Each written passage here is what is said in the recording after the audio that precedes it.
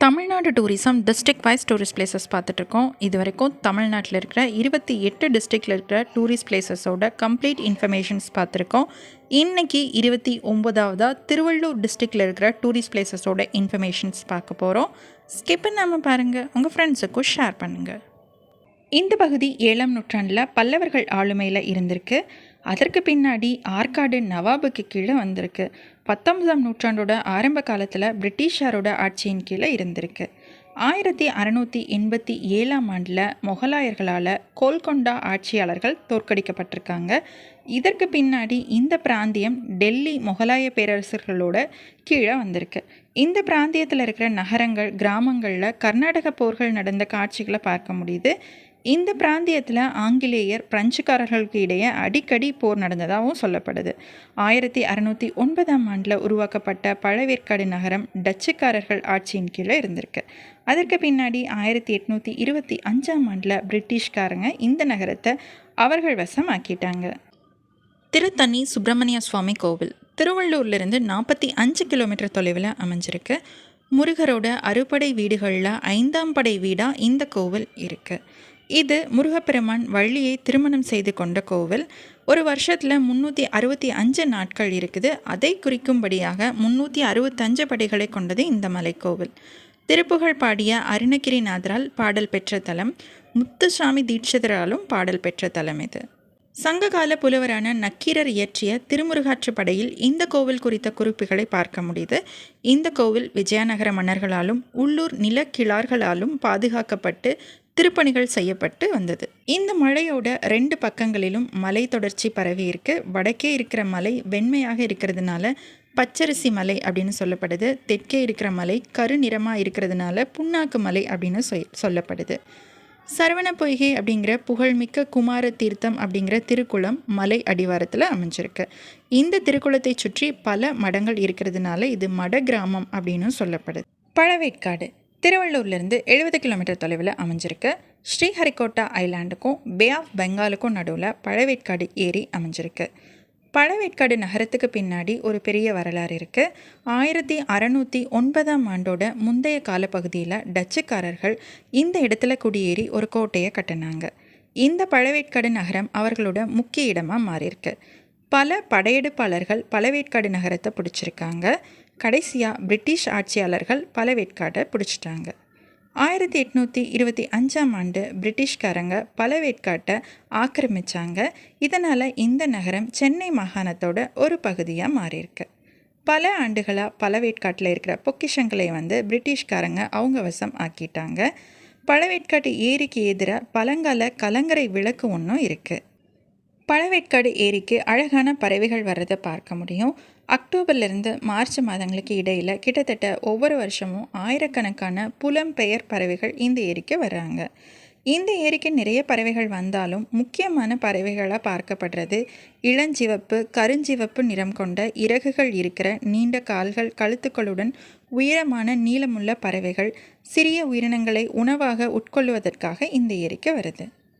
ஸ்ரீ விஸ்வரூப பஞ்சமுக ஆஞ்சநேய சுவாமி திருக்கோவில் திருவள்ளூர்லேருந்து 1 கிலோமீட்டர் தொலைவில் பெரியகுப்பம் கிராமத்தில் மிக பிரம்மாண்டமாக 32 அடி உயரமுள்ள விஸ்வரூப பஞ்சமுக ஆஞ்சநேய சுவாமி சிலையானது விஸ்வரூப பஞ்சமுக ஆஞ்சநேய சுவாமி அறக்கட்டளையோட நிறுவனர் குருதேவ் பூஜ்யஸ்ரீ மந்திரமூர்த்தி தாசன் வெங்கடேச பட்டாச்சாரியார் சுவாமிகளால் 2004ஆம் ஆண்டு மகா பிரதிஷ்டை செய்யப்பட்டிருக்கு.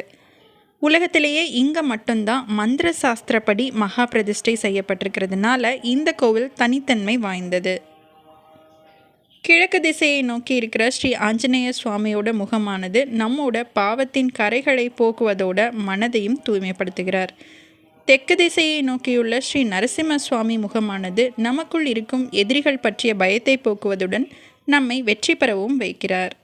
மேற்கு திசையை நோக்கியுள்ள ஸ்ரீ மகாவீர கருட சுவாமி முகமானது தீய சக்திகள் மற்றும் காத்து கருப்பினால் ஏற்படும் தீய விளைவுகளை உடனடியாக போக்குவதுடன் கொடிய விஷக்கடியினால் நமது உடலில் சேரும் விஷத்தையும் முறிக்கிறார். வடக்கு திசையை நோக்கியுள்ள ஸ்ரீ லக்ஷ்மி வராக சுவாமி முகமானது நமக்கு கிரகங்களின் பெயர்ச்சியால் ஏற்படும் பிரச்சனைகளிலிருந்து விடுவிப்பதுடன் அனைத்து விதமான அஷ்ட ஐஸ்வர்யங்களையும் தருகிறார். மேல் நோக்கியுள்ள ஸ்ரீ ஹயக்ரீவ சுவாமி முகமானது நமக்கு ஞானத்தினையும் நாம் ஈடுபடும் அனைத்து காரியங்களிலும் வெற்றியையும் கொடுக்கிறார். மிக பிரம்மாண்டமாக 32 அடி உயர விஸ்வரூப வடிவில் இருக்கிற பஞ்சமுக ஆஞ்சநேய சுவாமி சிலையானது ஒரே கல்லில் கர்நாடக மாநிலத்தில் இருக்கிற ஹசன் அப்படிங்கிற இடத்துலேருந்து செதுக்கப்பட்டு அங்கிருந்து சாலை வழியாக திருவள்ளூருக்கு கொண்டு வரப்பட்டிருக்கு. ஒட்டுமொத்த உலகத்திலேயே மந்திர சாஸ்திரப்படி மகா பிரதிஷ்டை செய்யப்பட்ட ஒரே கோவில் இதுதான். மகா பிரதிஷ்டை செய்யப்பட்டிருக்கிற இந்த இடமானது புராண காலங்களில் ருத்ரவனம் அப்படின்னு சொல்லப்பட்டிருக்கு. அகத்தியர் முதலான முனிவர்கள் தவம் செய்த இடமாகவும் சொல்லப்படுது. பூண்டி நீர்த்தேக்கம் திருவள்ளூர்லேருந்து 25 கிலோமீட்டர் தொலைவில் இந்த நீர்த்தேக்கம் அமைஞ்சிருக்கு. இந்த நீர்த்தேக்கம் சத்தியமூர்த்தி நீர்த்தேக்கம் அப்படின்னு சொல்லப்படுது. பூண்டி அப்படிங்கிற ஊரில் கொற்றலை ஆற்றின் குறுக்க இந்த நீர்த்தேக்கம் கட்டப்பட்டிருக்கு. அணையோட உயரம் 35 அடி. மழை நீர் கிருஷ்ணா நீர் வரத்தால் இந்த அணை நிரம்புது. இந்த அணை பக்கத்திலேயே பழமையான மியூசியம் ஒன்று இருக்குது. 1.5 லட்சம் ஆண்டுகள் பழமையான கற்களாலான ஆயுதங்களும் முதுமக்கள் தாலியும் அந்த மியூசியத்தில் வச்சுருக்காங்க. இந்த லேக் பக்கத்திலேயே பூண்டி ஊன்றீஸ்வரர் கோவிலும் அமைஞ்சிருக்கு. இந்த ஏரியை வெட்டுவதற்காக 10 கிராமங்களில் இருந்த மக்களை வெளியேற்றி வேறு இடங்களுக்கு குடி வச்சிருக்காங்க. வீரராகவ சுவாமி கோவில் திருவள்ளூர்லேருந்து 25 கிலோமீட்டர் தொலைவில் இந்த கோவில் அமைஞ்சிருக்கு. 108 திவ்ய தேசங்களில் ஒன்று இந்த கோவில். விஷ்ணு வீரராகவ பெருமாளாகவும் லக்ஷ்மி கனகவல்லி தாயாராகவும் அருள் பாலிக்கிறாங்க. இந்த கோவிலில் இருக்கிற திருக்குளத்தை பார்த்தாலோ தொட்டாலோ நீராடினாலோ மனதில் உள்ள அனைத்து வேதனைகளும் தீரும் அளவிற்கு புனிதமானது. Avadi Paruthipattu lake green park திருவள்ளூர்லேருந்து 30 கிலோமீட்டர் தொலைவில் அமைஞ்சிருக்கு. ஏரியை சுற்றி இருக்கிற சுற்றுச்சூழல் பூங்கால 3 கிலோமீட்டர் நீள நடைபாதை, குழந்தைகள் விளையாடுற இடம், புத்துணர்ச்சி ஊற்ற பகுதி, பொதுமக்கள் கூடும் மைய பிளாசா, 3 தரையிறங்கும் பகுதிகளை கொண்ட படகு தளம், பறவைகள் கூடு கட்ட 2 தீவுகள், திறந்தவெளி அரங்கம், இது எல்லாமே அமைஞ்சிருக்கு. இது தவிர நிர்வாக அலுவலக கட்டிடம், வாகனம் நிறுத்துமிடம் போன்றவையும் அமைக்கப்பட்டிருக்கு. ஏரியை சுற்றி 35 வகையான செடிகளும் நட்டப்பட்டிருக்கு. திருவேற்காடு கருமாரியம்மன் கோவில் திருவள்ளூர்லேருந்து 30 கிலோமீட்டர் தொலைவில் இந்த கோவில் அமைஞ்சிருக்கு. திருவேற்காடு அப்படிங்கிற பெயருக்கு தெய்வீக மூலிகைகள் நிறைந்த வனம் அப்படிங்கிறது பெயர். இந்த கோவிலில் இருக்கிற அம்மனுக்கு சிறப்பு நாளாக ஞாயிற்றுக்கிழமை அமைஞ்சிருக்கு. அன்னையோட அருளால் இங்கே வர பக்தர்களுக்கு திருமண வரம், குழந்தை வரம், வியாபார வளர்ச்சி இது எல்லாமே கிடைக்குது. தீராத நோய்களை தீர்த்தருளும் வேப்பிலை இந்த கோவிலில் தரப்படுது. பௌர்ணமி தோறும் 108 சுமங்கலி பெண்களால் மாலை வேளையில் 108 திருவிளக்கு பூஜை செய்யப்படுது. புற்றில் பாலூற்றி வழிபடுவோருக்கு ராகு கேது தோஷங்கள் நீங்குது. இது தவிர முடிக்காணிக்கை, தேர் இழுத்தல், குங்கும அபிஷேகம், மாலை சாழ்த்துதல், சங்காபிஷேகம், கலசாபிஷேகம், கல்யாண உற்சவம், பொங்கல் வைத்தல், அங்க பிரதட்சணம், கண்ணடக்கம் இது எல்லாமே முக்கிய நேர்த்திக்கடனாக அம்மனுக்கு சாத்தப்படுது. திருவேற்காடு தேவாரம் அப்படிங்கிற பாடலில் திருஞான சம்பந்தர் வேட்காட்டு தலத்தை பற்றி பாடியிருக்காரு. அருணகிரிநாதரும் இந்த கோவில் குறித்து தன்னுடைய பாடல்களில் பாடியிருக்காரு.